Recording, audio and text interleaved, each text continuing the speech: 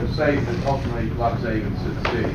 And about playgrounds, over there at Harmon, we put in a $30,000 playground system, and we plan on doing the same over there. We work real hard, you know, as the whole Canton based organization and fundraise constantly to make improvements to it. So that's okay. Yes, sir. You are going to bid on those car chargers. I'd rather just bid on Killian. Yeah, we're going to have to. Thank you. Alluded to something that we really haven't talked about, and that is whose park is this one? I've said, you know, I don't know what my fellow commissioners would say, but I've said if it's the desire of the city, that to be a city park, I'll support that on our. I've not heard any discussion of that tonight, and I was going away with the impression that that was probably not the desire of the council. That's still an open question as far as I'm concerned. I would hope that we would make that decision by our next meeting there for sure, but we would need to talk about it a little bit more. I mean, Toby's point, he's offered, his evening has offered to control, manage, pay the operations of the park. If it's a city park, that's between him and you. Right. If it's a county park, it's between him and the county director, as well as the direction of housing. Thank you. Okay. Item 7B, discussion of racetrack's request to revise the water and sewer service area, at the service area, and provide water and sewer at the side of Highway 20 and Scott Road. Is there someone here to make that presentation? Okay, I think most of you have looked at that. Joe, are you going to do something on that one? I'm here to answer any questions. Okay. Well, basically, as you can tell, this is the site in the V at Scott Road and State Route 20, which is just beyond our service delivery area. And they have asked for, basically, are asking us in the county, I guess, to adjust our service delivery area there to include that parcel of land. Yes. In the document here, it mentioned the fact that Canton Marketplace had designed their lift stations, etc., to handle certain capacity. Right. Now, I didn't see where this additional capacity would it tax the lift stations and tax that system, or would it fall into a variable that we could. Here's the question, man, right here. Well, I have to address to the mayor. Well, I mean, yeah, I'm coming this way. Oh, okay. Mayor, Council, yeah, the floods projected for this, we do not believe that it would be an adverse impact on the Canton Marketplace. Thank you. There's an agreement, though, an agreement that they would have to pay Canton Marketplace a certain amount, There is a specific. sewer reimbursement. Yeah, there's a specific agreement between Semler and the city of Canton that we are the conduit for whoever ties on to that lift station. That we Go ahead. provide a conduit to reimburse Semler for their construction costs. Here's a question that a concern that I might have, is that this is not located in our service delivery district. It would add additional capacity onto that pump station, I'm assuming. And that, you know, we got a hospital coming there that is going to need all they can get, and probably a lot more than what's there. And since this is outside the city limits, we would get no taxes. And fourth, I guess, is that this would be a business outside our area that would be competing with city businesses. I agree with you. The only thing the city gets out of it is sewage. Right. As far as I can tell. You know, I can't see what's in it for the city personally. I generated 7 questions, Mr. Mayor. 7. 7. Shorten that list over to 9. Well, number one, we don't know what the flows are going to be into the lift station. We don't know what impact that has on the lift station. We don't know what impact it has on the waste treatment facility. We don't have anything in the documents that tell us the specific agreements that are in terms of capacity and the dollars that we'd have with Canton Marketplace. what, we don't have any idea what impact that has on the future expansion, which was mentioned, the hospital. And you put in your letter to us, Toby, I believe you wrote it, yes, or Joby, you wrote that the maintenance and future costs for upgrades to the electric system, including lift station, that's a fiscal impact, but what is that impact? And my question is, if it's being done in the county, what advantage are we getting from any impact fees that might be assessed for building this? Well, I would have to say, they've asked us to consider this, before they go to surveying, engineering, and design to determine if it's even gonna work. It's basically, this is the first step to start getting the answer to all of those questions that you have. In other words, they're asking for consideration prior to proceeding on if it's something that they would even want to do. Without your consideration, they will not go any further. Tell me, how would they access that sewer line? How would they access the sewer? They're proposing, they would like to run a gravity sewer line from the site, along Highway 20, down to Commerce Boulevard. Yeah, see, what that would do also is that would provide sewer to a number of properties which are not located in the city, and then we would have to serve them because they would be within our service delivery district, and yet, why would might not want to come into the city and pay extra taxes? Well, I'll just Might not be say an most of incentive those to do that. properties are already in our service area boundary, service area boundary. Right. Those As they properties. come on in, it would be, right. Well, they're already in the. Well, the other thing that concerns me is that our sewage treatment plant is under duress, that's the best word. And this is just adding more to what we don't need to add more to. And so I don't see any benefit for the city whatsoever. Mr. Mayor, just one other side note. Racetrack did want to put the station on the Camp Marketplace property up there on the front on 420. And because of the agreements with Target and one other operation there, they cannot put that type of a service on that property. So it's restricted. And if that happened, we would enjoy that tax base. Yeah, but because of that, so that's something that we found ourselves in having that CID and running that operation, and yet we can't enjoy something. Thank you. Mr. Mayor, there still could be something worked out, I would believe. I agree, we don't get anything, but if we don't ask for something, I guess we won't get anything, but surely we could maybe come up with something that would work for us, ask for something back. I would ask them to go back to, how about part of the park? They got 4 or 5 racetracks around here. They should build us an amphitheater. Racetrack amphitheater. How about racetrack? Okay, anything else on that issue at this point? That'll be up at the next meeting, I guess. Next time to be scheduled for that. Okay, discussion of the amended water billing. Wait a minute. Water billing ordinance, yeah. Okay. Sorry. Mr. Mayor? Yes. I have one problem with the ordinance as it's written, and it's section 126-56, optional waiver of charge by city.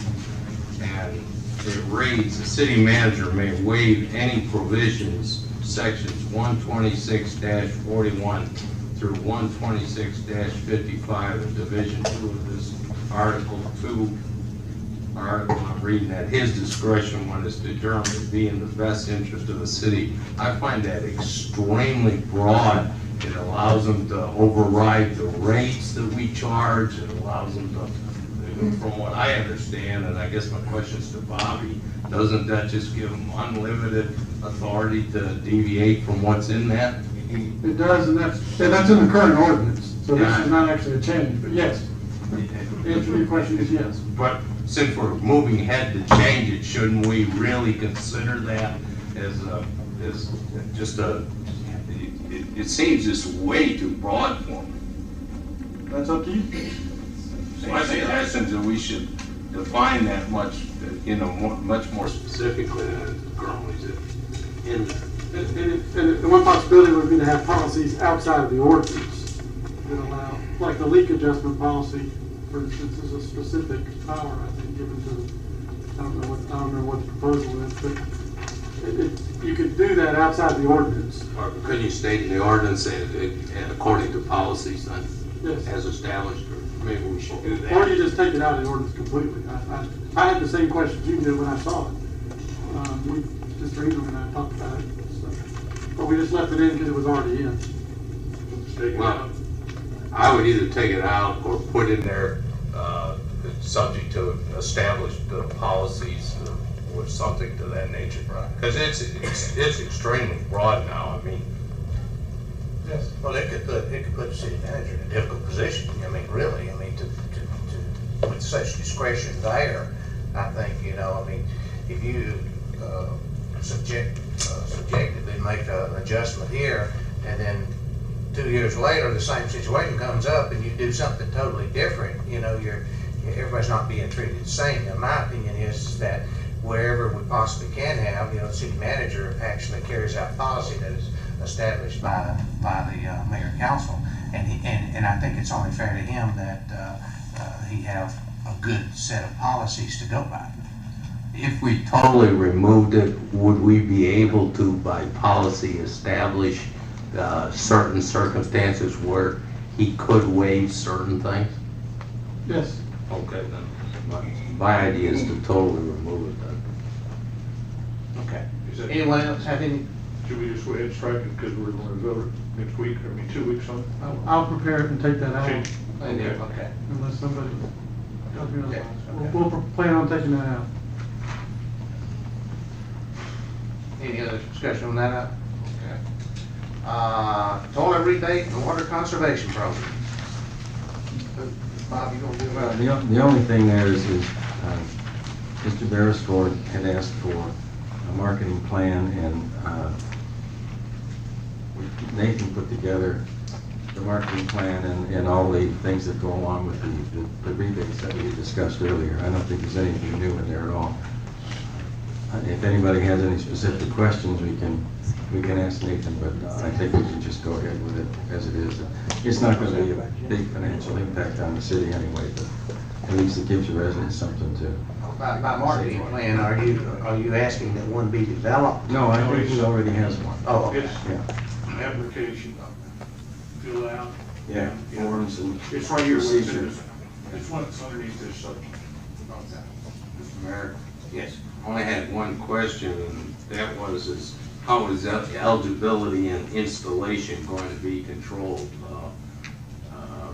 I don't know that this would happen, but it's conceivable someone could go to Home Depot, buy 2 toilets and install them in an entirely different location than what they applied for, and we don't have any knowledge that they Well, did I that. think in the policy it says that they can be subject to inspection.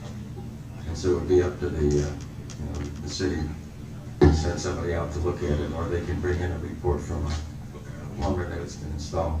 Also, there's a spirit Yeah. of water saving, doing things right, and you're always going to have the shady area of going out and buying a toilet and getting the paperwork done, and then taking the toilet back and saying, change my mind. Yeah. And he paid off with $25. Have a good day. That's the case of 100, but Okay, let's move on to the next item, the leak adjustment policy. Anyone have any questions about that? I have tried to understand that leak adjustment policy since I've been here and never quite got to that point. I don't know what's magical about 13,000 gallons. I mean, where did that number come from? Somebody that's been around, Bill, do you have any idea where that came from? Nathan, does Cherokee have $13,000 code? I'm not sure, sir. I mean, I just didn't know where it came from. I mean, just a number out there. Could have been 12, could have been 14, could have been 0, or, Well, Yes, ma'am. possibly, you asked me, the national average water consumption for an individual in the United States is 3,000 gallons a month. So a four-family household, which is as close to the average household we all heard about, is 12,000. So maybe, and I'm just speculating, but maybe when you go over that national average, maybe that's when it kicks in. Maybe, yeah, there ought to be a simpler way to do that. I agree, Mayor, because when we discussed this, I brought that up. I said, you know, if I had a leak of 12,000 gallons and you told me it wasn't a leak, I'd be pretty upset, because 12,000 gallons is going to be a chunk of change at our rates. So It's going to be a lot. For those, you know, some people that, you know, have a minimum bill, and that thing, you know, have a water leak or something, and they come in and their bill has gone from $30 to $600 or whatever, 13,000. It wouldn't be quite that much, I guess, but it could be $250. You know, and we said, well, you know, we know you had a leak, we know you got it fixed, but you didn't cross the 13,000 threshold. Well, wouldn't a percentage be better, specific gallonage? Well, it's not for a dollar amount. I think the idea, when you read it, is that it's a large enough problem to need an adjustment. So either a dollar amount or a percentage. I mean, the idea, I think, is that it's 13,000 gallons times some rate that is enough of a dollar amount. If we want to stay with the gallon, because with rate changes, whatever, we don't want to fix the rate and then have to change again, so the consumption of. But you could use a percentage. You know, I think one or two, there was sort of a survey somebody had done, I think that, their leak adjustment policy is that they would the city would eat half and they had to pay half. I mean, that was very simple. Now, whether that's any way to look at it or not, I don't know. But in other words, if you had a 10,000 and it was an absolute, you knew you had a leak, it went through your meter, and you know, the city eat its half and charge you, I guess, wholesale for the other part. But I don't know, maybe. Well, the only thing is I can attest, when I first moved here, we had a leak. And it went through the bathroom, the hallway, the dining room, the living room, out the door, in the garage, you know, and it caught, and the city, and I took it to the city and showed that we had it repaired, and they gave me a credit, I don't remember how much, but, you know, then they tell me I gotta pay half, and I gotta pay $15,000 to fix the rest of the house. Yeah. Makes me a little nervous, but. Does anybody know what the county does? I think they got something similar to this, I'm not sure, but I think they got something similar to what we've got here. Yeah, Mr. Mayor. But I'm not sure. The only thing I would suggest is that this is what we've had for years. We haven't really had a big deal problem with it. I just leave it alone, and then if it turns out to be a problem, we can fix it. When we get caught up with all our other problems, then we'll address it. Right. And in the meanwhile, let's get the answer from county. Okay. So be let's compare it. Okay. Mr. Mayor, one last point in number 6, where it ends, where it has to do with pressure washing or filling the swimming pools. It says, at the end of the project, will forfeit any credit given. Wouldn't that be better written to say would invalidate any request for credit? Because you wouldn't have issued any credit if you hadn't read the meters to start with at the beginning and the end of the project. Repeat that. I wasn't. It basically says that if you fill your swimming pool, you can go in and ask for a meter reading at the beginning and the end of that process. And what I'm saying, and it says here that if you don't do that, if you would forfeit any credit given. Well, the credit couldn't be given if you hadn't done that. So what would be really implied is it would invalidate any request for credit. Forfeit the right to a credit. Forfeit the right to the credit. Yeah, I agree. Yeah. Because you haven't given any credit, so it's really misconstrued that you're forfeiting a credit that you haven't received. Good point. Anything else? Okay. Section A, new business discussion and proposal of downtown business recruitment. That's this Ginger Gerard, our Main Street program. Everybody in attendance, thanks for being here. We appreciate it. I can look around the room and see we have a lot of lovers of downtown.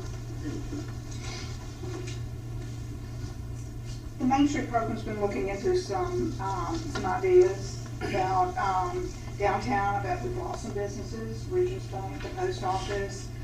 Even though we've gained businesses last year, I should say, we do have some things we want to look at. We all recognize that the city's ability to deliver quality municipal services is dependent on adequate tax revenues derived primarily from the properties and businesses located within the city. Healthy, thriving businesses not only increase property sales and bed taxes, but they also provide employment opportunities that support local businesses.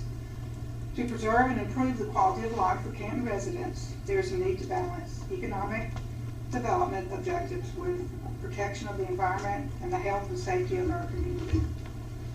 As a local government, we know that downtown commercial districts are essential to a community's economic health. More than shopping destinations, they are employment centers, visitors attraction, tax generators, and historic cores. I had the pleasure of, at the GMA conference at the Main Street Luncheon, to hear a speaker. His name was Donovan Ripkema, and he has an economics business out of Washington, D.C. He travels all over the country, and he does a lot of work with DCA and Main Street. And he gave out some facts that I found interesting, and I think a lot of you will as well. And the point is that downtowns are industry. Did you know that 100% of the net job growth in America since 2001 has been within firms employing fewer than 50 people? On a cumulative basis, companies bigger than 50 employees have not added a single job in the past decade. If small firms had cut jobs at the same rate as the giants, there would be another 3,868,000 people unemployed today. Now that blew me away. 87% of all businesses in Georgia employ fewer than 20 people. Small businesses are the hottest topic across the state right now. That's because local and state leaders are recognizing that downtowns reflect the overall image a community projects to its potential investors. Revitalization provides a point of focus and stability. A vibrant downtown gives the whole community and region a sense of pride and positive self-image. It also serves as an anchor that holds the community together and provides the stability necessary for economic growth. A healthy downtown attracts new businesses, creates jobs, and strengthens service and retail markets. By recruiting new businesses, dollars that would be spent elsewhere will be spent locally. Downtown Canton is an area that needs attention, and it needs it now. It needs public investment dollars in order to attract private investment. Strengthening the economic foundation of downtown Canton is critical. How many of you have seen the giant sign down at Riverstone entrance? 6 months free rent. I mean, it's amazing. The developers want these spaces filled, and they're willing to do whatever it takes to get those storefronts up and running. It's time for Canton to take a more competitive approach to downtown economic development. Canton needs to stand apart from other cities in order to compete for new businesses. It's just that simple. There's a lot of incentive programs out there that other cities are doing, but we really need to stand apart. Even our governor says, in these challenging economic times in which jobs are portable, we must do more to compete. He's absolutely right. Viable downtowns offer opportunities and incentives for new businesses. We also need to offer opportunities and incentives, but we need to go beyond that. We need to devise creative methods to support small businesses. Investing in downtown will yield a high rate of return, and helping small businesses will ultimately pay big dividends in growth and prosperity for the entire city of Canton. Canton Main Street program has been working on an incentive program for new businesses located within the Main Street district, which is the downtown core commercial district. This presentation has been planned really for weeks, but so you can imagine my reaction when I spotted the Riverstone sign this morning coming back from the Bluffs. But looking at this is real community development. It's taking $1 and reinvesting it back into the community so that the community gets the benefit of its own wealth and expenditure. That's the way to go. The rental assistance program is designed to create or stimulate private investment in the designated Canton Main Street district, which is the downtown commercial core. The expected outcome is to create employment opportunities, save existing jobs, provide services and products, develop and strengthen new and existing businesses, acquire and preserve properties, and create a stronger tax base.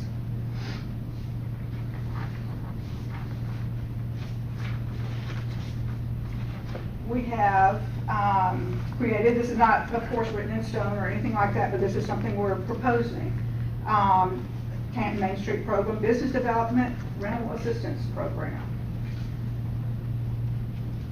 This is for businesses located within the Main Street district.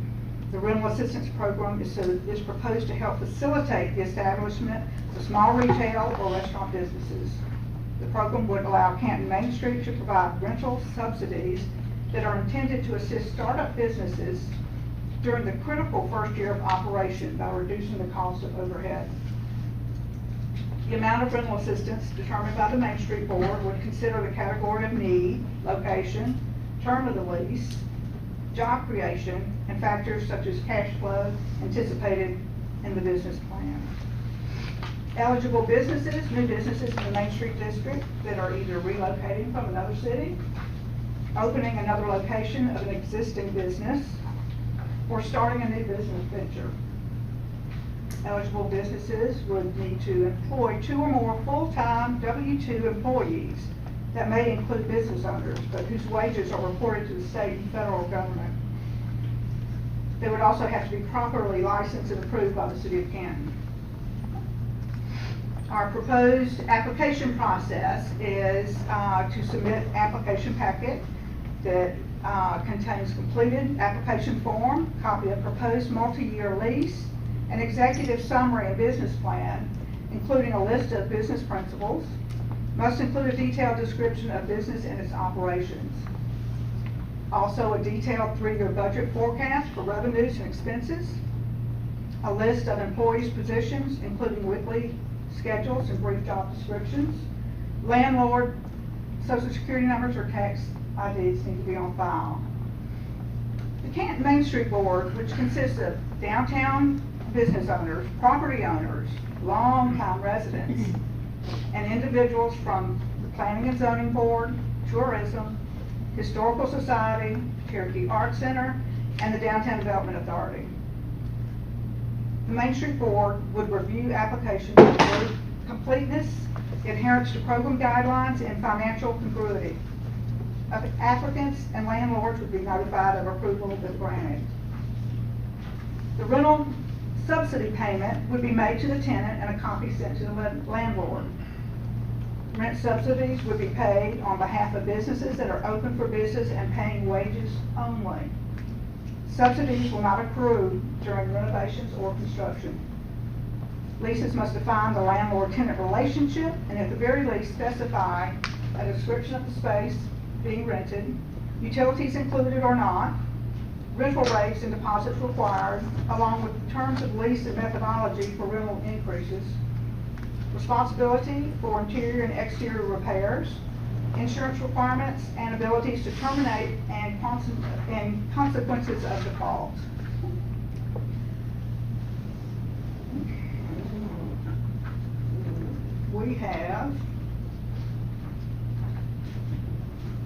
We need funding for this program.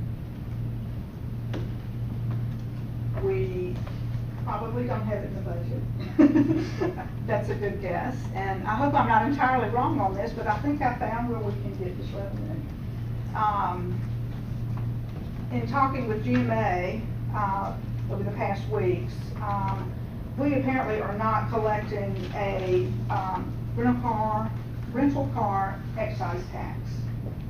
It's a 3% excise tax. We have 3 rental car companies in Canton. I was able to get sales for one. The other 2 also sell cars, and they didn't have them divided. But that one company does $1.6 million a year on average. That would make about $48,000 that would go into this program. Woodstock does it. Cartersville does it. Johns Creek, Kennesaw, Milton, Atlanta, Marietta, Dunwoody, and the list goes on. Is that the excise tax or is that the rental subsidy? That's the excise tax. They've all got ordinances. In talking with GMA, the only thing that we have to do is council needs to pass that ordinance. That we can do that we can collect that tax. Canton Main Street is asking you to approve this funding to be used as such. Earmark the monies, and Canton Main Street can administer the program for recruiting small business into downtown. I promise you, you won't regret this. It's a win-win for the entire city. We increased our tax base and at the same time improve the quality of life for Canton residents. No one loses here. No one. It's time to step up, make a commitment to an earnest economic development program that is competitive with surrounding cities. Please approve the use of this revenue. Ms. Graham.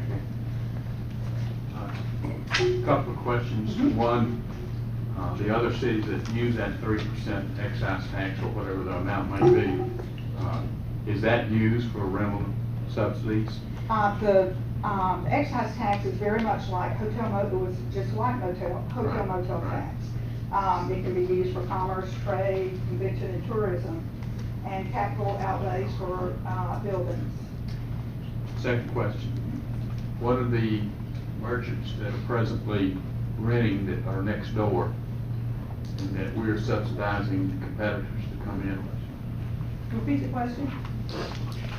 A business that's already in business, and we're subsidizing rental for them, for a competitor to come in and locate either across the street, down the street. What we could put them out of business. That's not the intent of the program. I know it's not the intent, but could it be? I don't believe that we would be looking for a second bookstore or anything that we've currently got. We don't want to compete with the businesses that are downtown. We want to strengthen them, and there are strength in numbers. And the more businesses we have downtown, the better off everybody is. You know, I'm for that.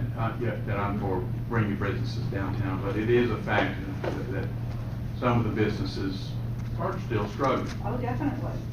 Even another reason why we should do this.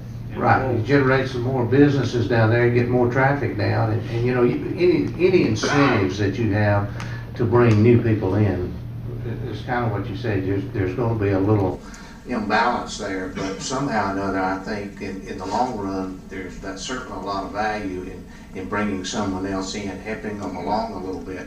Then they're on their own, and hopefully they can make it. And I don't know, you get these hamburger places next door, they seem to survive pretty well. Well, Mr. Mayor, I totally agree that anything, not anything, but things that bring them downtown is surely going to help. But when you subsidize and rent, that's could be another issue. Well, what about, I mean, we subsidize sometimes in tap fees and building permits and stuff like that when they come in too. We're already doing some of that. With some of it, true, but that can be a one-time hit. But when you talk about 6 months on rental, I feel very, very confident that the merchants downtown would love this because they know that it's going to bring business downtown. And that's only going to increase their business, and that's what they want. I realize more traffic will increase this, but I'm just making a point. It's rare to me when you have someone come in before the council and wants money and has a way to pay for it. I mean, that's the key. She has a way to pay for this if we can do this down the road. So I think that's extremely important. Ginger, can it be structured that where the lease is longer than the lease period is longer than the subsistence period so that it gives, they're not coming in for a short period of time and deciding, oh, now my subsistence is gone, so I disappear. So maybe we, I guess you said 6 months subsistence, that they might have to have a minimum lease of 2 years or something like that. Mr. Mayor, I tend to agree with you. I was very impressed when first she said we're going to need some money, and then she says I found a way to get it. And I think too that if you have more than one kind of business downtown, you increase the traffic for that kind of a commodity. You look at, say, Roswell, where they have a whole bunch of resale shops and a couple of restaurants, and you go there on a weekend and you can't even find a place to park. So, yeah, I think, yeah, we need to fill some of those empty holes downtown. You mentioned $48,000. Is that just the one company? You said the other. One company. You said the other two have got to separate out. 2 of them also sell cars as well as rent cars. So, and there was not a division of that revenue. but they would, once we put that into Oh, they place. would have to. It So would be required. we're looking at additional money. So Yes, it could be really good. thank you for your hard work. Well, What if a rental company went out of business? we would be, out. It's Enterprise, it's the big one. Yeah, They're the biggest one in the country. They swallowed up 2 of the smaller ones last year. But we have 2 others as well, but I can assure you, they're driving. What are the 2 others, Jimmy? We have Toyota out on Liberty Boulevard, the car dealership there. They do rentals as well. They have a rental division. And we also have a auto exchange, car rental and auto exchange. Is that the one right across from the racetrack? I believe so. Well, what would happen, and let me tell you, I probably live closer to downtown than anybody, so I'm all in favor of helping downtown, but just trying to think down the road, what would happen? My guess would be Enterprise does more than the other 2 together, probably multiple times more than the other 2. I would think so. So if this program got up and going and we had all these contracts and commitments, paying all these rent subsidies, then Enterprise, for whatever reason, decides we are going to pull out. We're going to go out on the edge of the city limits and all. Then it stops. Then where does the money come from? We have to stop the program. It's just like tourism money. It comes into the city, and I mean, we wouldn't spend it until we had it. We would have a budget to work with on that. So it would be staggered so that there wouldn't be any small businesses that just got the plug pulled out from under them while their 6-month period was going. Right. And one of the requirements that I included in here was that they would have to sign a multi-year lease. And, we may need to subsidize them for a year. Not necessarily 100%, but we need to look at all the factors involved.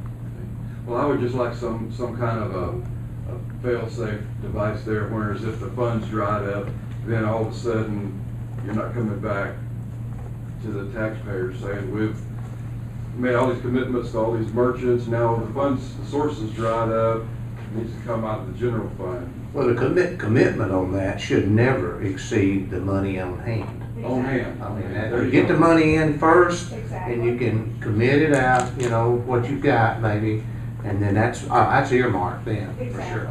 Exactly.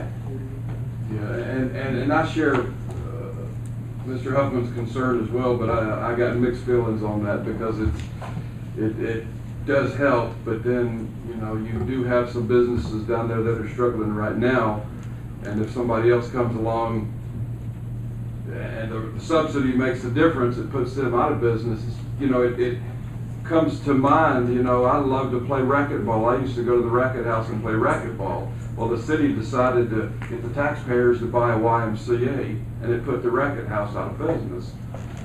So that kind of hurt, but. Of course, we would It's not a perfect world, there's no perfect answer. We could easily put a competitive clause in there. We would not want to, that would not benefit downtown to open a second. Ginger, let me ask you a question. You might have addressed this in your comments, and I apologize if I missed it. But this would be tax money that would be used to subsidize rent in buildings owned by private investors, correct? You mentioned the enthusiasm, you felt confident that the downtown community, which would include those private property owners, would have with this program. Are those private property owners offering any subsidy as well? Is there any rent concession, or is this all being done by the taxpayers without concessions by that property owner who's going to accrue rental income from it? I've talked with one property owner, and I think they're willing to help with this. And, you know, one of the things that would have to be done, a rent would have to be established before they're even approved for a rent subsidy. You know, we don't want a property owner coming in going, okay, they've got this rent subsidy, let's jack up the rent. We don't want that happening. So all this information would be determined before any money was given out.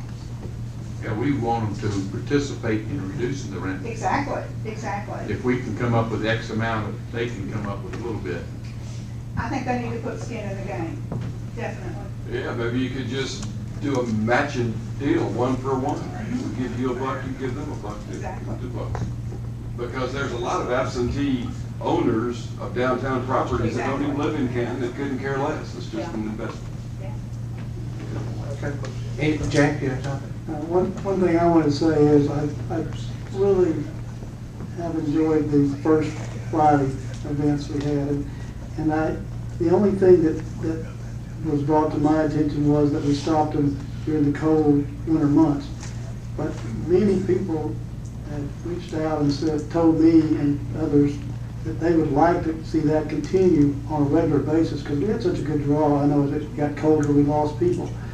But the other thing I wanted to mention to you is that we've had someone last couple of meetings come up and say, you know, what do we get out of having a town rather than a county running this? Right. And I think you just answered that a lot.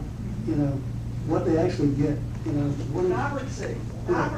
What is part of downtown? You know, it's more than just some buildings and some people working here.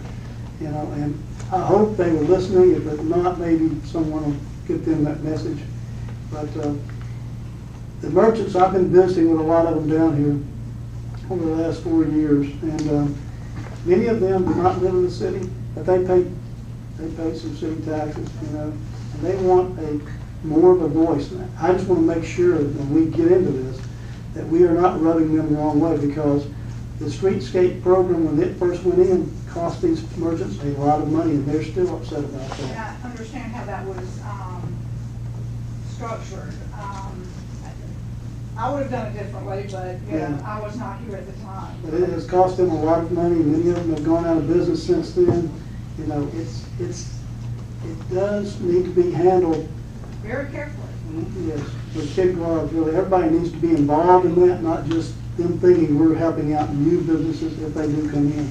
Well, the Main Street Board does consist of property owners and downtown business owners, and people who are very involved in other organizations. Yeah, I understand that, but there are several that are not on that board and think they're being left out, and I want to warn everybody here, because they are conveying that, and they, you know, if we come in with a new program, but that's bringing you guys, well, what about the people that are already here?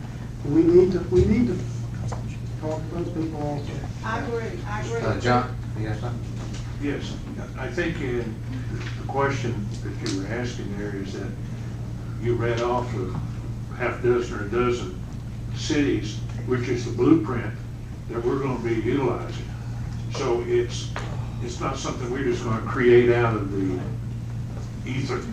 And I so have this researched is the entire country of communities that are doing this. that's great. We'll have that. Thank you. I just want to say one more thing, and that is that downtowns, small businesses, is a hot topic. It really, really is. And downtown commercial districts make or break the city. I'll tell you that right now. And your state legislature will tell you that, as well as your state officials. It's all about downtown. It really is. Ginger, thank you so much. Thank And, you. I would ask that we put this on the agenda for our next meeting, and if it's the desire of this council, we can actually vote on that and vote our support. Once we gotten the information, we certainly want to ask our city attorney to review that possibility of levying that tax.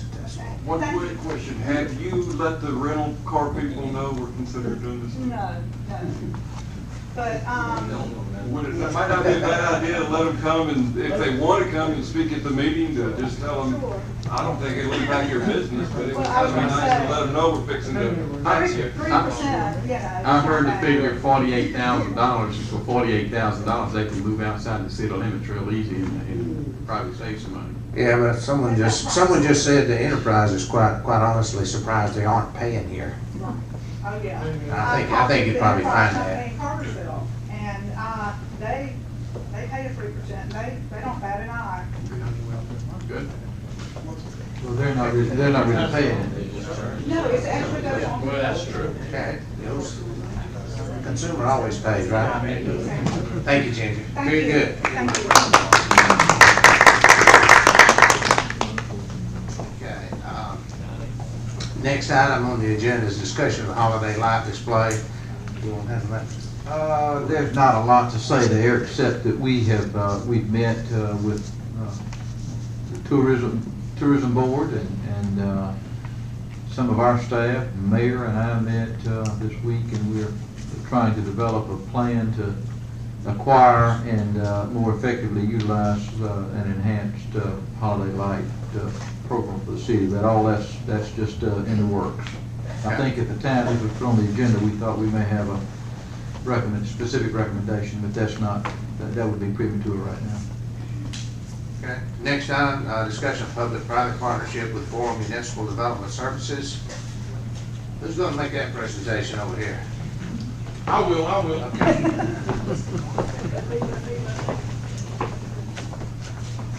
Mr. Mayor, City Council, Mr. Wood, Mr. Dyer, Ms. Stanton, appreciate having an opportunity to come speak to you.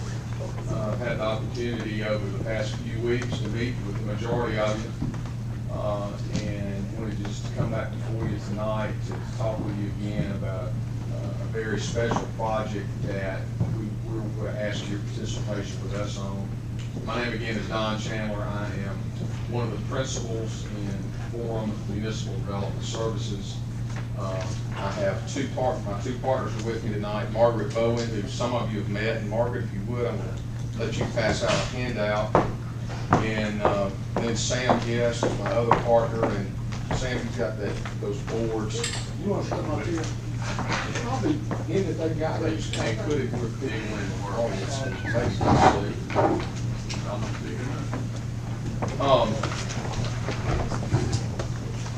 To give you a little history while Margaret is passing that out, our company specializes in the delivery of office buildings and facilities for municipal and county governments. We've been doing this for approximately 20 years. To date, we've done 40 public-private partnerships around the state of Georgia. 24 of those that are up and occupied, 24 of the 40 are up and occupied right now, are DFAX offices around the state. Mr. Wood, I think, was familiar with Margaret and Sam 15 years ago when he was the county administrator down in Bullitt County. So he knows my partners. He doesn't know me, but hopefully he'll get to know me. We have currently a 22,000 foot building under construction in Liberty County down in Hinesville. We are about 75% completed with it. We closed the financing today to do a 32,000 foot building up in Monroe in Walton County. There's an opportunity here in Canton that we want to talk to you about. Before we get into all the specifics on the boards and the materials that I've handed out to you, I would like to introduce Deanna Leiber, who is the current DFAX director here in Cherokee County, to let her tell you about what she has and what her needs are.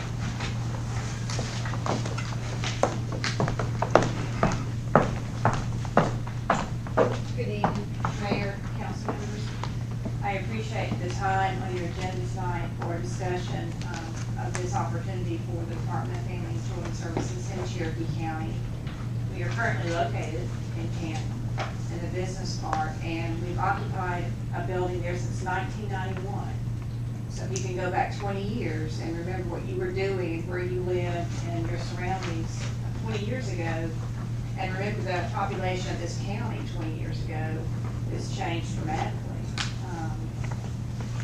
I was doing a lot of different work 20 years ago, but I was with the Department of Family and Children's Services. I've been with the state of Georgia for 28 years, and so when I came to Cherokee County in 2007, I walked into a building that I felt did not serve the public as good as perhaps this county and city could, because the persons that come into our building range from abused children that had been mistreated, neglected, and to foster parents that are trying to open their homes and care for them, to family members that are disabled, that need the assistance of Medicaid.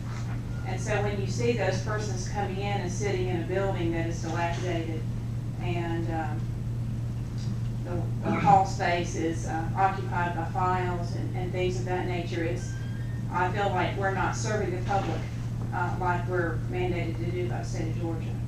And I'm just here before you to tell you that there is an opportunity for a new building to provide a more conducive, professional, family-friendly opportunity to the public.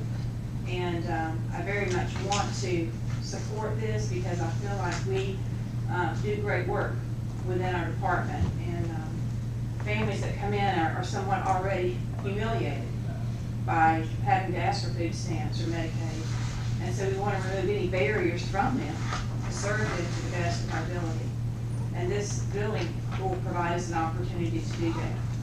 And as the division director for Canton, for Cherokee County, you have my word that my staff will give 100% to the community and to the citizens we serve. And we just want very much to be able to occupy a building that portrays the professionalism and caring that I know that you all want for your citizens.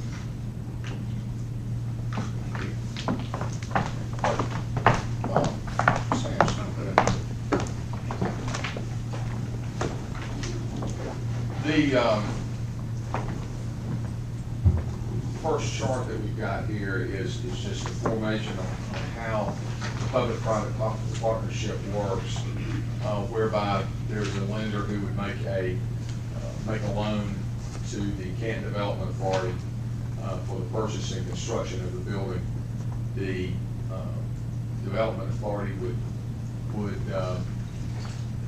lease the facility to the city of Canton at the financing cost, and then the city of Canton would sublease the facility to the state of Georgia. So it's just a pass-through dollars. There is no risk whatsoever to the city of Canton or the Development Authority while the project is under construction. And after the project is delivered and the state occupies, the only obligation that the city or the Development Authority has is the one-year lease, which that risk is negated by the backup of the sublease from the state of Georgia. At any time, we'll back up, the financing on the project is a 20-year financing.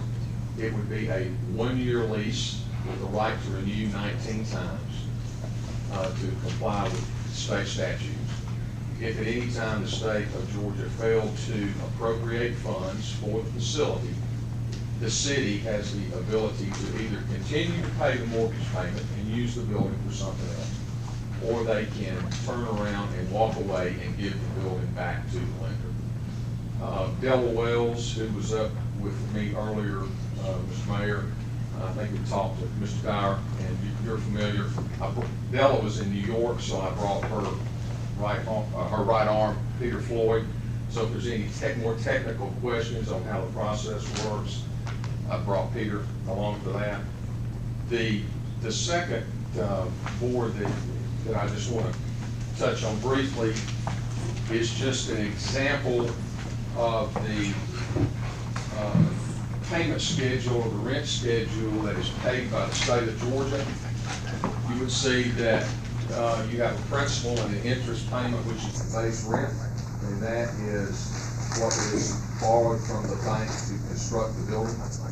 Additionally, the state pays a maintenance rent, which is for HVAC contracts on the equipment, elevator contracts, any service contracts on the building. The state pays that. And then additionally, the third component is they pay that's operating expense rent. And then the maintenance rent is a small portion that the state pays each month that is set aside by the city to be held for any future repairs on the building down the road. So the state's going to pay the financing costs, the state's going to pay the operating rent, and then the state pays a maintenance reserve, which is just a small, it's anywhere from 25 to 30 cents a foot a year on the building. That goes into a separate account that is maintained by the city for any future repairs on the building. Like, for instance, in year 5, if a HVAC condenser goes down, there is money there, so for the state to repair the building. The building that we're talking about is on a site on Kimberly Way. I need to turn this sideways. It's within just 400 or 500 yards, would you say? Deanna, from the new building, it's very close, so the clients have good service there. If you will see in the middle of the page, building 200 is the building that is currently there. It is a 20,191 square foot building. The building had been originally developed as a speculative building. The lender foreclosed back in 2007 on that building. Then the lender went down, and it was taken over by another bank, Community and Southern Bank. And so Community and Southern Bank has optioned this building to us. We have it under contract. The building, along with the remaining acres, and it's a total of just a little over 9 acres that's available that would go with the building. The next board that we have is the floor plans we have done. The state has been here several times at the building.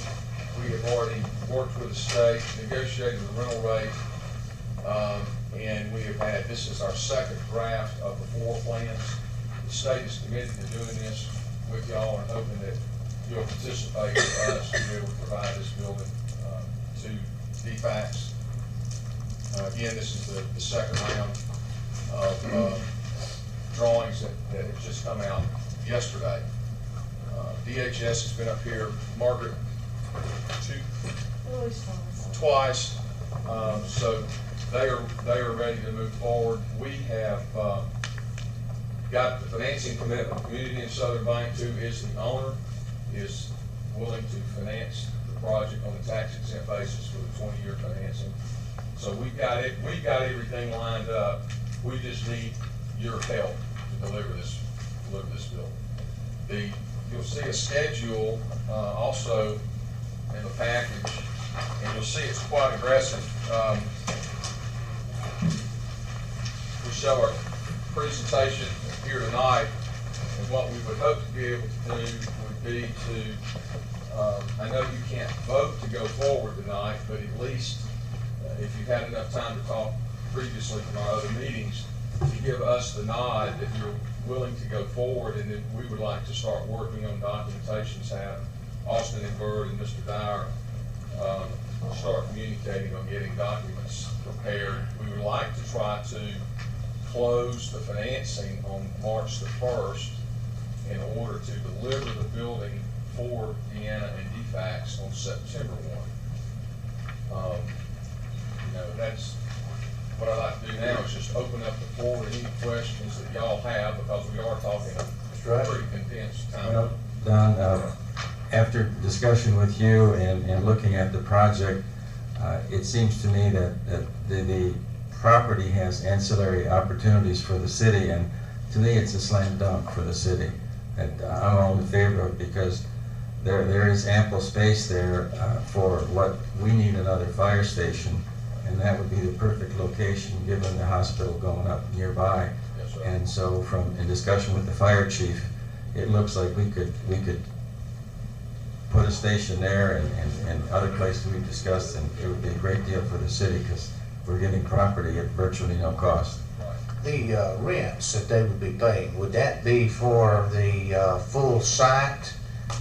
So if we had a fire station there, that would reduce their rents, would it not? No, what would I think would end up happening, Mr. Mayor, is you got the 9-acre site and we've got the building sitting in the middle, and I'm not sure exactly, once we carved it off, I think it's a little over 2 acres, it may be on there.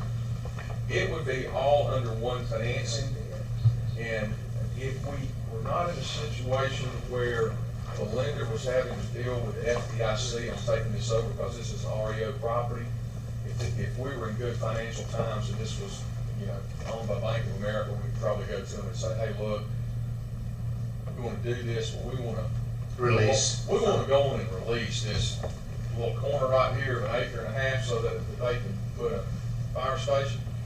Back in the good times, we could probably got it done. Right now, until after we get the project closed and financed, and FDIC is out of the deal, okay? I think what would end up happening is that the lender, we're in the process now, let me back up a second. We're in the process now of getting the appraisal that's required to do the taxes and financing to do the project. When that appraisal comes out, it's going to have a value on that 9 acres of land, right? It'll have a per acre value. And I think the way it would work down the road, whenever y'all would do the fire station, is you'd end up going back to the lender and saying, okay, we need to carve out this 1.5 acres right here, and there may be some release price that they would want you to pay for that, but then they would you could put that into your financing on the fire station. Does that make sense? Well, it does. I understand it to the lender, but the leasee, which would be the state, I guess, if they're paying $29,000 a month for a building in 9 acres, and suddenly No. The state only requires, and that's a good point, glad you brought that up. The state requires that we have to be able to provide them 30% expansion. And so when we present, we will show the site plan with the 30% expansion on either side, and then we would try to segregate that off that way with them. Okay. Jack? What is the rate that, of this loan? Do you know what the interest rate will be? It was 5.2%, I think. And at the end of 20 years, Yes, sir. should this go out 20 years? Do you know what the balance would be making these payments of this? How much we would still owe on that building? Zero. This is fully amortized. Okay, that's what I wanted to make sure of. Yes, sir. Because Yes, sir. And the reason that the state likes doing these projects like this is that at the end of that period, when that building is paid off, it goes into what is called a maintenance in lieu of rent. You know how I showed you how the state was paying the base rent, and we had the operating expense, and then we had the maintenance reserve, 3 component parts? Well, the base rent, in theory, kind of goes away. They're still going to pay you at that time, and you don't want to negotiate it now because it's 20 years down the road. They will pay you for maintaining that building. And Margaret, what's the term you always overhead? Administrative overhead. So you will be able to get income on that building, but the state anticipates that when these buildings are paid off, that mortgage rent drops substantially. You will get paid then, but for instance, your building down in Bullitt County, it pays off July of this year, and the savings is about think it's like $150,000. Our Walker County building paid off this past year. It was a pretty bigger building, and when we did that project, interest rates were pretty high. But their monthly rent was just over $41,000. That's rent alone. Went from $41,000 after it's paid off. Now it's $11,000. So it's saving the taxpayers of Georgia. It's saving Department of Human Services, that one building, about $360,000 a year. That's already in the state budget. So that means they'll continue to use that money for other programs to help, that can't help Walker County, help fund putting other buildings in other counties. A couple other questions. One is, what is the state's amount they pay per square foot, and is this good in your deal? It's all over the board, depending on the location of the building, what county it's in, and the size of the building. The larger the building gets like, we're at like 14. Would that fit in this? Yes, sir. We're fine. We're fine. And I visited with you, and we visited the site there. And if I remember, there is a pad there that we would be able to use for maybe a small soccer field, baseball field, whatever that's sitting there on that Y'all can have island. more ball fields up here. Well, I'm just saying, Yes. some part Yeah. situation, if we wanted to use that. That's right. That's right. But it got to a point where you started to put structure up, like we're gonna build a fire station, then we gotta work through the lender, because it's a deed to secure debt, just like on your home. Mr. Mayor? Yeah. Couple of questions. Yes, sir. One, do you anticipate hiring more people in this new facility? We're under a critical hire ability, so we need more staff. Obviously, with the economy, our food stamp business is booming, which is not necessarily a good thing, but we need staff to operate that sort of a business. And so we're operating at 41% reduction in staff when I came in 2007. So we've lost a lot of staff.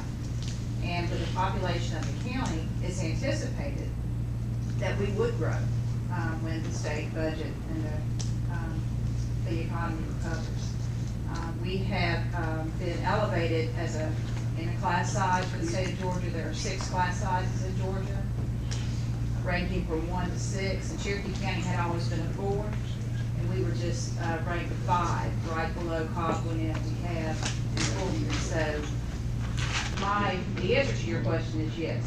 When we get the ability to hire staff, we certainly have those requests in to hire. Well, it's always nice to hear other people getting new jobs again. Yes. Don? Yes, sir. When we had our meeting, yes, sir, one of the questions I asked was who owns the street and who takes care of the streets along the side of the building? The street is, per the engineer drawing, is already accepted and dedicated. That street is dedicated?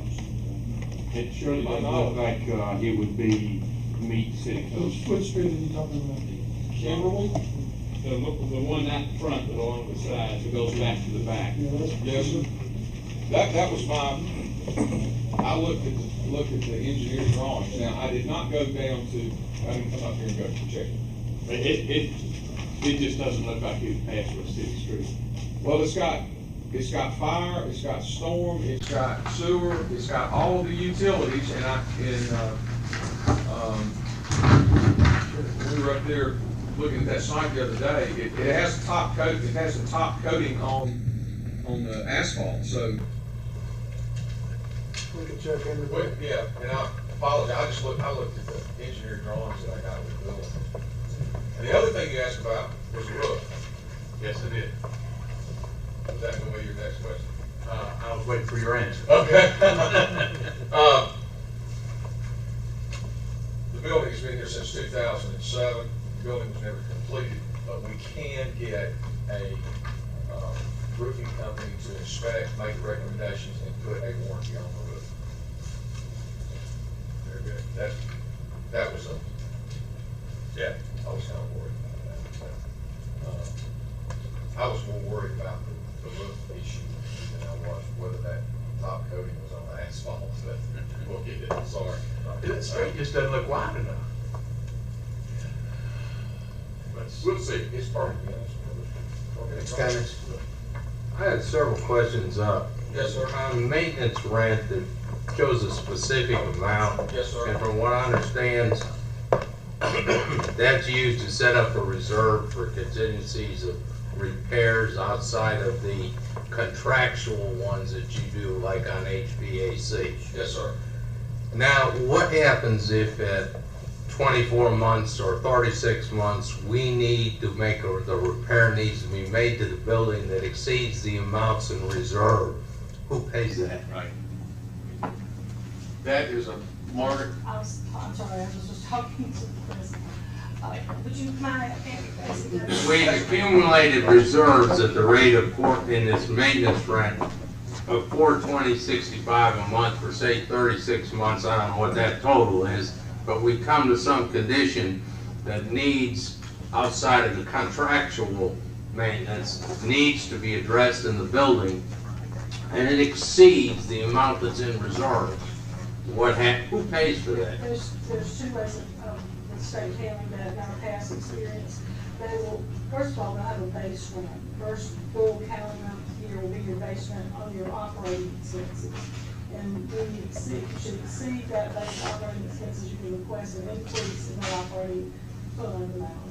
If the amount they have in there is not covering the anticipated costs, so you can ask for that increase. There's also the ability to ask for a one-time rent assessment. We're going to just increase the rent for a particular reason one time and pay that overage cost, and the rent goes back to the regular next rate. But that's a conditional, and it's a request, and a request can also be denied, right? I think the way it's written in the contracts is that it's not really that conditional. I think the question really is, under the typical agreements, would the city have any responsibility for maintenance anyway? The city can if it wants to, but typically in many instances, our management company, you would enter into a management agreement with form management to manage the building. I manage, especially a lot of the larger buildings, and Mr. Wood, that was not the way it was done in Bullock County long ago, but that's over the last, I'd say, what, 5 or 6 years or 10 years maybe on. They've changed that now. They do put money in there for operations and maintenance facilities. But you said it's a complete contract. It addresses all those. I mean, I think the council's position would be the city shouldn't be on the hook for anything. So the paperwork's right to say they're not on the hook for anything. I don't believe they are. I think the only thing That was what I thought. I'm assuming the state would ultimately pay for everything. I think we're just about the mechanisms for them paying. We don't want to be discussing here an $18,000 roof repair that there isn't adequate reserves to address. I'm sure the paperwork, the city is not responsible for any maintenance. The only thing that you would be responsible, you would bring the building in under your umbrella insurance, that there's a line item in the maintenance that would reimburse you for that. Another question. If the state decides not to renew, I realize there's a non-renewal fee, and the city has the option of whether they want to keep the building or turn it back to the financing arm. My question is, how much notice would be in that agreement so that would the city have adequate time in which to make that decision? If they only had 30 days notice, it would be very difficult for us to make a decision whether or not we want to keep that building and pursue the continuation of the principal and interest payments, or whether we want the financier to take over that building. I can answer that. I'm Peter Floyd from Alston Bird, and it's at least 3 months notice. I have to go check the documents, which is nowhere near 30 days. Okay. Another question. At what point does the city own that building? At the point of time when the construction project is completed and the lease revenue begins to flow? Yes, sir. We are at risk. That's right. The building authority. But yes, you're up until the time the CO is issued in the state, moves in, and that first rental payment hits, at that point is really when it's yours, because we are at risk up until that point. The legal titles of the building authority, the risk of development of the structure. Yes. See, that's why I brought it. And the agreement, I mean, the city ends up with the property or the building authority ends up with it? At the end of the lease purchase agreement, once either the sublease Once the term lease is run purchase. out, or after the financing's paid off, the state decides not to renew during the 20-year maintenance period, it returns to the building authority and ultimately ends up titling the city. Because it's a lease purchase. It is lease purchase and ends up entitling the city. If the building is not part of the building authority or it's a private venture until that time in which construction is completed, and of course we're trying to generate as much revenues, what's the impact fees? Are there impact fees assessed? If there are any, are they already paid? I don't know what the... I think that with the entities involved, there wouldn't be any. Okay. Thank you. That was it. Anyone else? Jack, you have something? I just wanted to say that being someone that's had foster children, adopted children, that type of thing, that I certainly know the need that this library has down there, and I want to express that to the council, that those conditions are really hard to work in. Those people do a correct job, a tremendous amount of hours for a small amount of pay. They do it for the goodness out of their heart, a lot of it, really. I mean, I know they get a salary, but it's not nowhere near what they deserve. And those children are very needy, and the people that work there need a good facility to work out of. They outgrew that many years ago. I've been involved in it for 6 or 8 years, but it is not a good facility to bring people into, and it's not really good to get the best out of your employees. I think that this would be great for the city to be able to do. Does anyone have any other questions, comments? Yeah. I believe that he had asked if we could give sort of an indication of our support for this, and I think we need to move forward with it and give some the details, the paperwork, whatever we need to do there. Put it on the agenda. The only risk I see is that Put it on the agenda for 2 weeks. we'll put it on the agenda for 2 weeks from tonight. Anyone object to that? You need anything sooner than that? That's good. Our plan was, if I would like for you to talk with Bella again and make sure that we're all understanding that we haven't missed anything. We know everyone's interested. We would like to go ahead, and I would like to engage them to go ahead and start document preparation to start coming to you. The only piece missing would be this, the building authority actually has to meet to approve this, but that's not. Don, Ma'am? that's just a 2-week hearing. There's a 2-week hearing. But tonight you just want them to say, yeah, start preparing the paperwork. Just tell me. There's enough interest to go forward. Tell him to go forward, and we will start. Now, is there a downside to this? No. Okay. All right. Thank you. Thank you. Thank you. Appreciate it. Okay. Thank you.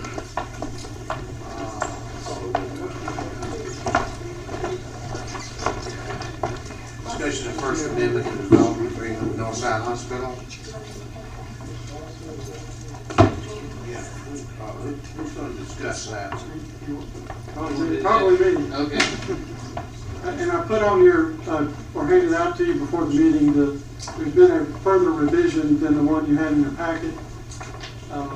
What that revision does is to put in an actual methodology for determining the amount of impact fee money that would be paid. The memorandum that I drafted to you had the background, but just so that everybody's on the same page, there's been a development agreement with Northside Hospital and Northside Landon is what it's called. Then since 2008, there's a paragraph. I also copied that page out of that development agreement and gave it to you that provided for reimbursement for the cost of Commerce Boulevard Phase 2, which is that portion of the street we accepted last month from the red light down to the creek. there was some discussion a year or two, a year and a half ago, about uncertainty about how that reimbursement worked. So this proposed amendment came out of discussions about clarifying how the reimbursement worked. So this is an amendment to clarify the process. Are you speaking of page 9, or are you speaking of somewhere here in this document? The page 9 is from the original agreement, and I put little parentheses around the paragraph that's being clarified. And that's to be located on this. And the clarifications are within the amendment. Anyone have any questions? Yes. Mr. Mayor. I have, Don, you want to come up and answer any questions? well, actually, these are on Mr. Dyer, but my first question was, in the letter that you gave us, it says in the second paragraph, after discussion, it was determined that the intent of the agreement was that Northside would receive funds each year even if it had not sought any credits. The discussion with whom, or who came to this intent idea? I don't remember everybody that was in the meeting. I remember from our end, it was Canton, Mayor, myself. The hospital was there. A bunch of people from the hospital. Second question was, wasn't the intent of the agreement also the construction would have begun long before now? That I don't know. I wasn't around in 2008. But I do believe that to some degree that's correct. We thought some years ago that it would begin much sooner than it had, and what we have now is impact fees generated in other areas being used to compensate for construction project of Commerce Parkway, a portion of that. But as I read it, it doesn't seem to be very unclear to me. It seems to be very clear that the impact fee credits are the first source of payment, and we're now, by making this amendment, changing the first source of payment. Isn't that correct? yes. And I guess my last question would be, is the city in any way impeded the construction process to have to change the method or the process of reimbursing these expenses that have been incurred? I don't know. Okay. I'm always in here too. Thank you. That I'm aware of. Any other questions? Well, to his question, do you have an answer on that? Yes, sir, I think, sorry if you can't hear that. The original intent is that any expenditure that Northside would make on the roadway would first be impact fees. And then you had to have it in a chronological order. It was impact fees, or the way that the impact fee law and ordinance is that there are no districts. So as it's collected and it's a system improvement, you either get it through impact fees, or if you didn't develop at all, you would be reimbursed through the collection of impact fees. Impact fee credits you're talking about, not impact fees, right? You're talking about Well, credits. impact fee credits, if those were available if you were building, and if not, it would come out of the impact fee fund for road improvements. And let me just go back in history just for 1 second. Because we have a new council, I think it's significant to understand, is that when Northside first started this project, there were no roadway impact fees. The road impact fee ordinance was actually adopted in January, February, March, April 20th of 2006. We were approached by the city when we first started the development of what's called now Canton Place. We were approached in February of 06 and said one of the funding mechanisms for your infrastructure that you're going to be paying for is impact fees, and we actually showed up at this meeting. We were asked to support it, which we did, which in essence was self-taxing ourselves to pay for the improvements that we were putting in. So I think that's significant from that. As we drafted the agreement, it was the intent that, and how the impact fee law is written, is that when you do a system improvement, you either get it through impact fee credits or you get it through impact fees in the entire area that the impact fee road ordinance covers. So when we met, and our first meeting was actually in April 15th of 2010, this has been bannered around since that period of time. When we had that meeting between the two attorneys, Mr. Dyer actually suggested saying we need to clarify this issue. So at that point, we were all in agreement as to how these things, how Northside was going to be reimbursed. That's why the agreement was written, and up until just last week with Mr. Patton's, that's the only reason for the amendment, was to clarify it. And then Mr. Patton actually perfected it, I think, to where it meets your ordinance on how you're now dispersing impact fees. So it's clearly Northside's, since 2008, when we first started, as the ordinance says, is that on the first expenditure of cash from a project, you start getting reimbursements. So that is clearly what our understanding is. And I perhaps should explain because you probably haven't looked at the revision that has been made in the last few days. The methodology that's put in for determining the amount of money that the city would pay to Northside is that each year we would reduce the amount by any credits given, and then it's a pro rata share of Commerce Boulevard's portion of the total estimate cost for road improvement projects in the capital improvements element. And so you would get a multiplier for that, and then it's phase 2's pro rata share of the Commerce Boulevard share. So there's a capture. So you would be paying impact fees collected, assigned to Commerce Boulevard in effect, and then assigned to phase 2 is what you would in effect be paying. And the original development agreement open-ended and said we were just going to get reimbursed, which was opposed to how the procedures in Canton. The original agreement actually says we receive reimbursement from impact fees otherwise assessed by the city. So we've tightened it up to just those associated with phase 2 of Commerce Boulevard. And the methodology was just Mr. Price had done it when we were trying to figure out the money in the bank, what's it for. He had just suggested the pro rata based on estimated costs. So is it customary to give impact fees reimbursement prior to any development for which impact fee credits would be required? It is our understanding of, and Northside's legal counsel isn't here, but it was our understanding of how the ordinance is written, the impact fee ordinance is that when you do a system improvement, you get reimbursed from the area that the impact fee program covers, which is the entire city of Canton. There's not a provision in the law that says that no, you must first get credits back. It was written that it's either or, whatever comes first.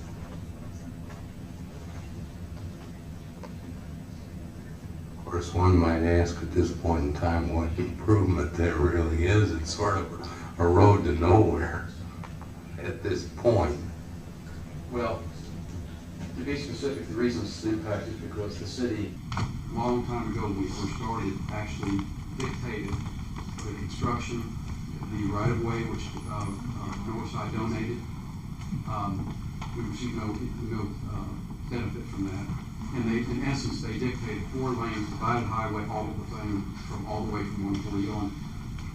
Just to be, so that you are aware of what is happening is that the road to nowhere is going to start going somewhere, and we hope by July of this year. That's how close we are to getting our bridge approved and to get the State Route 140 improvements completed and the Commerce Boulevard. And of course, you will see some vertical construction as soon as we can get, that's our intent, as soon as we can get a roadway back to where the vertical construction is going to take place. One of the things that I was confused on here, because 2 weeks ago, we had a map showing from station 1400 to station 2600. Yes, sir. And for the payback off the street, the dedicated street, but then you'd be putting in sidewalks and lights and all this. Well, then I heard this runs from this point to 140. Now, is that what's called phase 2? No, sir, phase 2 is defined in the original agreement, and it says everything that's outside of phase 1, which at the time, Sembler was phase 1 to the end of 1400. We picked it up from there. And just to go back, the reason we're even having this conversation is because at the time that Sembler built theirs, we actually had DOT financing. And DOT's money dried up before we ever started the 1,400-foot section. So Northside and my company, I'm Landon, we got together, before I was representing Northside exclusively, we got together and we said that we will fund the rest of this so that we can get the project moving, and that's what precipitated the development. Let me ask you. What we're talking about in phase 2 runs to what point? To cross the It bridge? stops. Phase 2 stops where it is right now. Stops right? Yes, sir. Phase 2. That's defined by So, the and you're saying you're fixing to break ground on all phase 3. phase 3? Yes. Which runs all the way down to 140? And includes the frontage of about a half a mile of 140 improvements. Yes, sir. Thank you. Does that include, we were talking about a couple meetings ago about the completion of the present Northside Parkway that's not completely through to Commerce? Yes, sir. Yes, sir. That I clarified that with Northside, and when the construction takes place, that will also be completed at the same time. Yes, sir. Okay. All right. I would. How much would we be talking about that's available to do what's being asked here? Immediate reimbursement, so to speak. I don't know about the immediate reimbursement because we're catching up, but I used some estimate numbers. I was using an old number, so this will be a little bit off, but just to see what it would be. If it was $100,000 of impact fees collected, I think the reimbursement would be $6,000 or $6,700 to Northside on an annual basis. So it'll be somewhere around that per year, and I think we're catching up 4 years. I haven't run the new formula, and quite frankly, I'm going to sit down with Ken and how it can run. And I don't know how much impact fees were collected. That was just 5 cents if it was 100,000. So I don't know how much we get we got in those years. But at one time, I think we were talking about it maybe 25,000 at one time. That was 2 years ago. So you got 2 more years. But Could we get that, Mr. Wood? Could we have that figure? we just would have to sit down and figure it out. Now that we know the methodology, we just have to go back and do it for those other years. That was the importance from Northside to have something in place that we can go along with. Okay. Anyone else? Thank you, Don. Mr. Mayor, may I ask one thing? Sure. That's not part of the development agreement that might be of interest to you. Sure. 2 things that I heard a couple things today that, one, I want to make you aware of, if you're not. And during the rezoning of Canton Place, one of the restrictions was, or one of the conditions was, is that somewhere along in Canton Place, there will be a fire station site. I'm going to use, it says in there that it's actually the land is given, and there's impact fees for the value of the land given back. But that's part of the rezoning process on Commerce Boulevard. So I just want to let you know, we're aware of that condition, and when you're looking for fire station sites, we're available to talk to you about those locations. Good.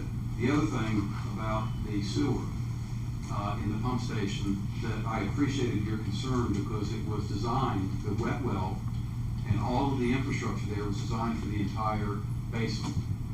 But what's significant is that because that wet well is so large, you only have to put the size of the pump and the impeller in that services the amount of flow that you get. And one of the keys is that somebody's going to end up getting, excuse the expression, the short stick, because whoever comes along and develops beyond what that impeller and pump is, they have to upgrade that impeller and pump, and therefore everybody else benefits, because it's a huge difference between what's in there now, and when you upgrade, it takes you almost to a half to 3/4 of what the capacity of the basement is. So I just want to thank you for those that did not participate outside of that, because when we ran our original numbers, the first phase of the hospital was going to utilize that pump and that impeller without having to upgrade. So it's a significant thing if people are coming outside of that agreement and we start our phase, then we will in essence be paying for their upgrades to the pump station. So I thank you for that time. And if there is, we're in the planning stages, of course, now, so if there is a need for a fire station site in Canton Place, please let us know so that we can include that into our planning. Thank you. Well, thank you.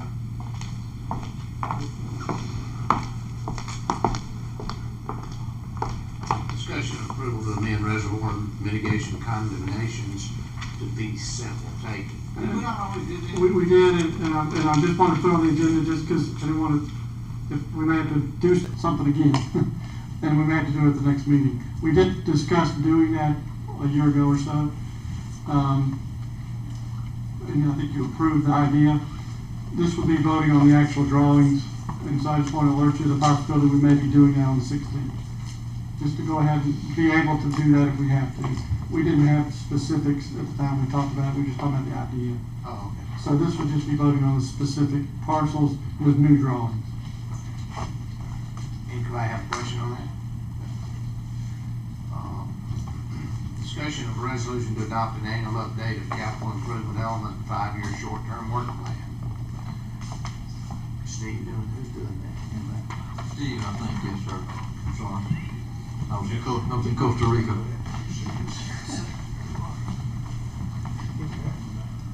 Mayor, members of council, this discussion is for the adoption of the resolution to adopt the amended CIE plan.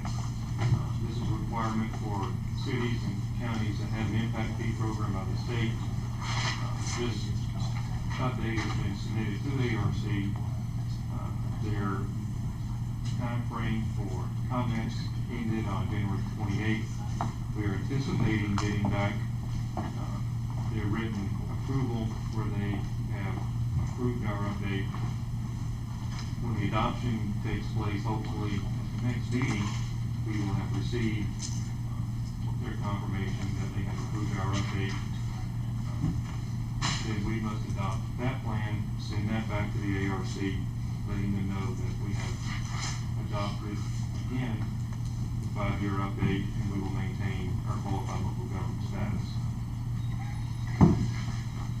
Any questions? Can I just add, this goes back to the previous topic, one of the pages in here is the schedule of improvements, for road improvements. This is where the numbers come from for the methodology that I was talking about. And to the extent that you approve this plan, you control the numbers. So, the agreement says you're going to determine all those things. So. Any questions? Okay. Are you doing discussion of land and water conservation? Yes. Okay, go for it. We received a notice from the state DNR that they have a program, Land and Water Conservation Fund, that we can apply for grant money for park improvements, park acquisition, park rehabilitation. The resolution that hopefully will be approved at the next meeting basically says that we'll apply for these funds, and if the city has the wherewithal to meet the mentioned funds, we can have as little as a $25,000 request up to $100,000. We've done some preliminary work on the application already in anticipation that this will be approved. And the deadline for submittal to the state is February 29th. Is it 50-50 match? Yes. On land and water conservation? Okay.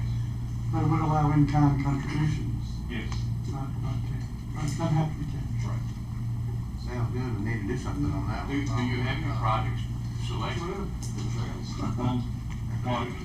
What Ken and I had thought about originally was the trail linking it from Heritage Park to Bowling Park. Right. I didn't have any idea that Mr. Beresford was working with the Cub Scouts, so this may go hand in hand. if there's money left over from the bond project to do the trail, these funds could go for another project, or they could be implemented with the trails as well. Would you want to use it for the interior bowling park path?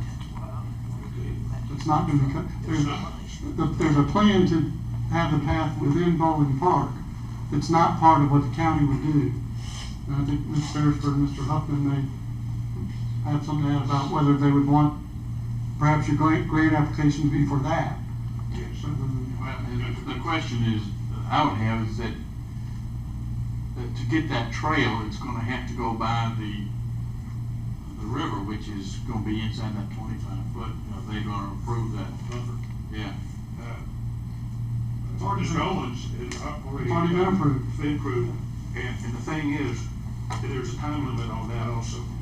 So the quicker we can get all of this together and get that to move, and this is another one of those situations where this thing's been dragging on for years. So Is there a time that we have to spend that? February 29th, you've got to have your pre-application. After we get the application in, but is there a time as to when the money has to be spent? Yes. I'm not aware. There will be. I couldn't tell you what it is, but there definitely will be. But it's fairly lengthy, a year or two. Oh, yeah. It's not months. It's already primed and ready to go. Plans are there? The plans are there. It's Let's do Would, John, would you and again, Jack, work with them to make sure this is expedited and that come back with all the information we need and what kind of project or what? Absolutely, I tell you. Back in 06 or 07, we had the same opportunity, and I'll just say it was kind of footballing around for a while, and we missed. So we don't want to miss it. We want to be able to get to it. So, Ms. Beresford, do we know what the costs are of that bowling park? We have we've seen it a couple of times. It's got to be changed. It could go up a little bit, but ballpark. 100? Okay, no. There's some bridges that's going to be put in. We do have resources. I'm sure you'll get all that put together in a couple of weeks. Yeah. We'll be ready to go. Sounds good. Okay. Next item. Thanks, Steve. City manager's report. Update on software system controls audit. That is a work in progress, not anything specific to report to you on that. Discussion of and possible action on the comprehensive fire protection plan. There were some very good questions, I thought, at the last meeting about the wisdom or necessity or advisability of us engaging an ISO consultant. I will tell you unequivocally, Chief Floyd is his own man. He can speak for himself, but I think based on my conversations with him, he feels equally as strongly that we do indeed need to engage a consultant. I think it would be money well spent for the next 10 plus years in helping us develop the strategic plan for our fire services program and helping us be as prepared as we can for our ISO review. We have reason to believe, or at least hope, that we can have that ISO review delayed for several months. Chief Floyd has discussed that possibility with our ISO reviewer, and he has reason to believe that we can have that delayed for at least several months. So I'm going to be asking council to authorize the mayor to sign a contract with a consultant for a budget amount up to $30,000. Mr. Mayor? Yes. There has been some discussion in the past days or weeks about how the city council is always utilizing consultants. And when we find ourselves that we haven't, we're in a pickle, because we make some decisions based off of our vast knowledge that doesn't necessarily incorporate what those issues are about. And I think it's money well spent, and I think in the long run, as Mr. Wood pointed out, it will be a win-win situation for us versus running off in a different direction without consultants. And it's too bad we don't have all the knowledge in the world. We have to rely on consultants from time to time, and I think it's a good program. Mr. Mayor? Yes, sir.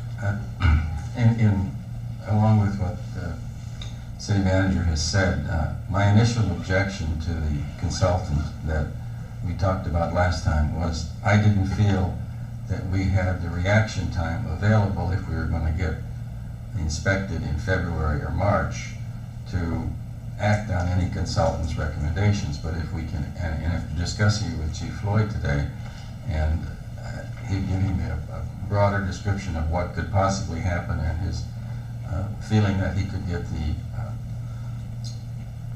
inspection delayed for a couple of months to give us some reaction time, and then the benefits that we would accrue because of the reaction time. I'm all in favor of it. The only other question I would have is, show me the money. Where's it coming from? I mean, how, would we just come out of contingency? No, that's a good question, and some of it, all of it could. Some of it could come out of contingency. I've asked our CFO, who is, as you know, a former local government auditor, if we could not pay for some of that out of our SPLOST funds. SPLOST funds, that is an allowable purpose for planning, architectural design, engineering sort of work. So I think you could get some of it from several different sources. I think if you get into water flow studies and hydrant studies and some of those things, I think you could take some of it out of water and sewer. I think you could take some of it out of SPLOST, and obviously you could take some out of general fund. And I would recommend that what we do is look at that work product, and as those bills come in, make a fair and reasonable and honest assessment of what ought to be charged to what's wrong.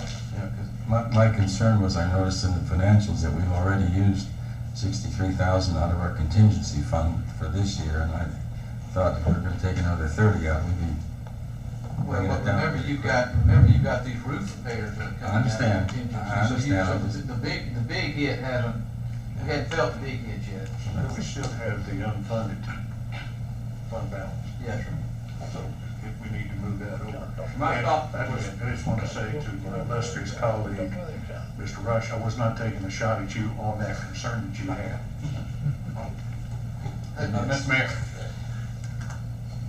I was opposed to the consultants because I do think we're spending rather freely on that. But my point is this, is that we're shy people in the department. And we can have all the fire trucks and stations. If you don't have the people, I can't see us bringing our rating down to from a 4 to a 3.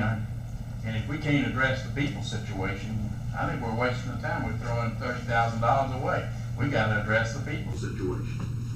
And I may be totally wrong. Maybe people don't count that much. But if you don't have people to go out and take care of the fires, the trucks, I don't know. That's the most important part.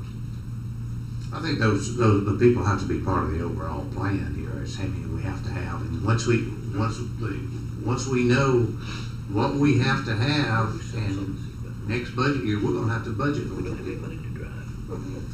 If that's the bare minimum and gives us credit through ISO and everything, we're just simply going to have to do it. But if ISO shows up, if they show up and we're that far understaffed, there's nothing we're going to do that the consultant's going to tell us that can offset that number of people.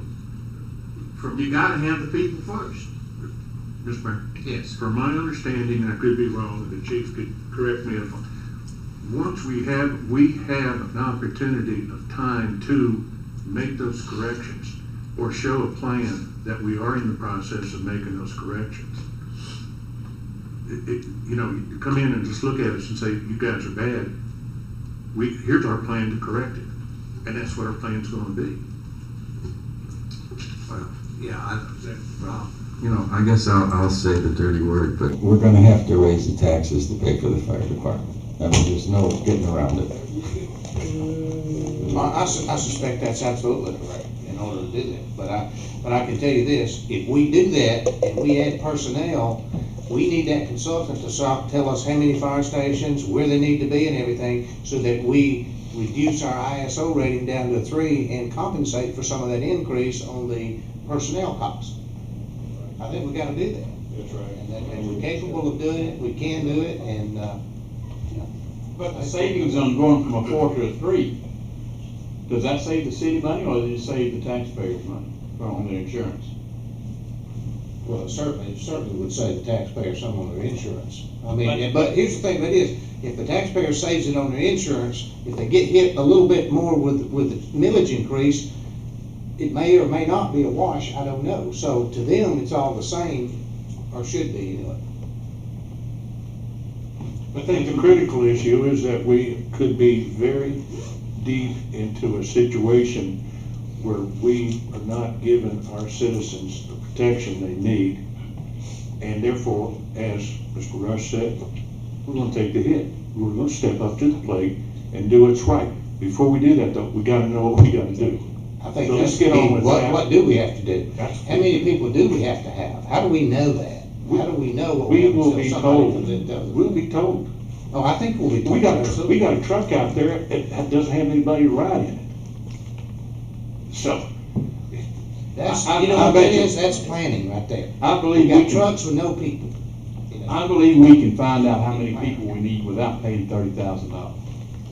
Well, Mr. Mayor, but I think I agree with Mr. Huffman. We know how many people we need without paying the $30,000, but that $30,000 is not going to be just to tell us what kind of people we need or how many. It's going to be tell us all sorts of other things that, you know, from within the last week, Chief has been finding out all sorts of ways that we can modify what we do, and by doing other things, and be able to reduce or get points so we can reduce our ISO. So there's a multiple benefit from hiring a consultant, and I think, you know, the number of people is minuscule because we already know that. I mean, the Minimum Fire Protection Association says 4 per shift per station, but I think the other thing is more important for us. I think the simplest way to look at it is that we can just go blindly on and know we need 2 fire stations and go, hey, this is a good location, let's put one here, and there's one over here, this is a good location, and then come back again and find out we put them in the wrong spot because they are not going to rate us properly. And that could be one of our typical things we do. At the last meeting, the chief said, I think it was Woodstock, they were told to move the fire station a quarter mile. Yeah.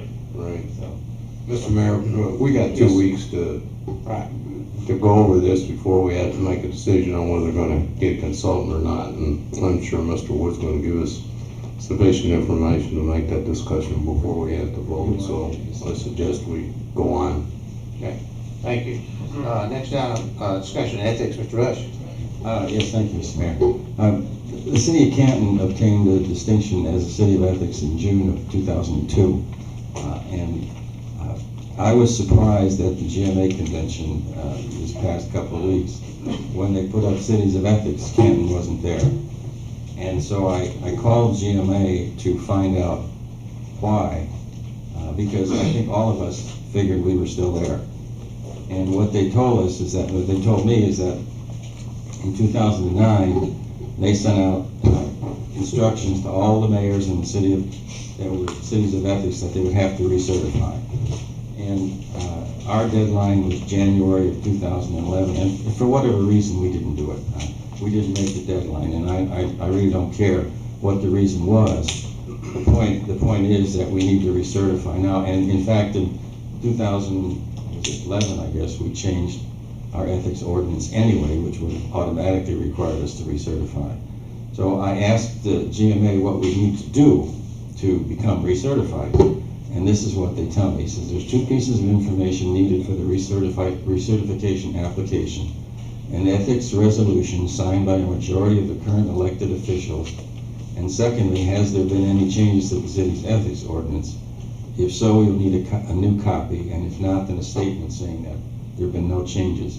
And these 2 things will complete the recertification application. So what and he also said the deadline for recertification to be recognized at the June convention is April of this year. So I'm just going to make the recommendation, it's April 30th, by the way, and I'm just going to make the recommendation that either at this meeting or next meeting, we will pass a resolution and ask the city manager to forward the ordinance with the resolution to GMA so that we can become recertified again.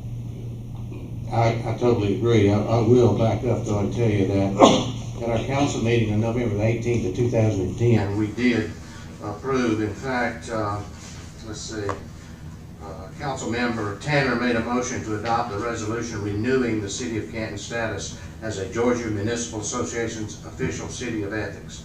Council Member Beresford seconded the motion, and all members voted for the motion. So we did do our part on that part, but the ball got dropped somewhere along the way down the line. And I agree, we ought to go do it. Now, this doesn't certainly detract from the fact that we do have an adopted ethics ordinance. Correct. But you know, I think it has meaning, at least through GMA, to follow that through that professional organization. Anyone else have any comments, questions? I think Susan's already been working on that, as a matter of fact. All right. I did have, in the mayor's report, I had about a 35-minute report. I'm going to let these people go home. They've been here long enough. So, I have a motion to adjourn. Those in favor, aye.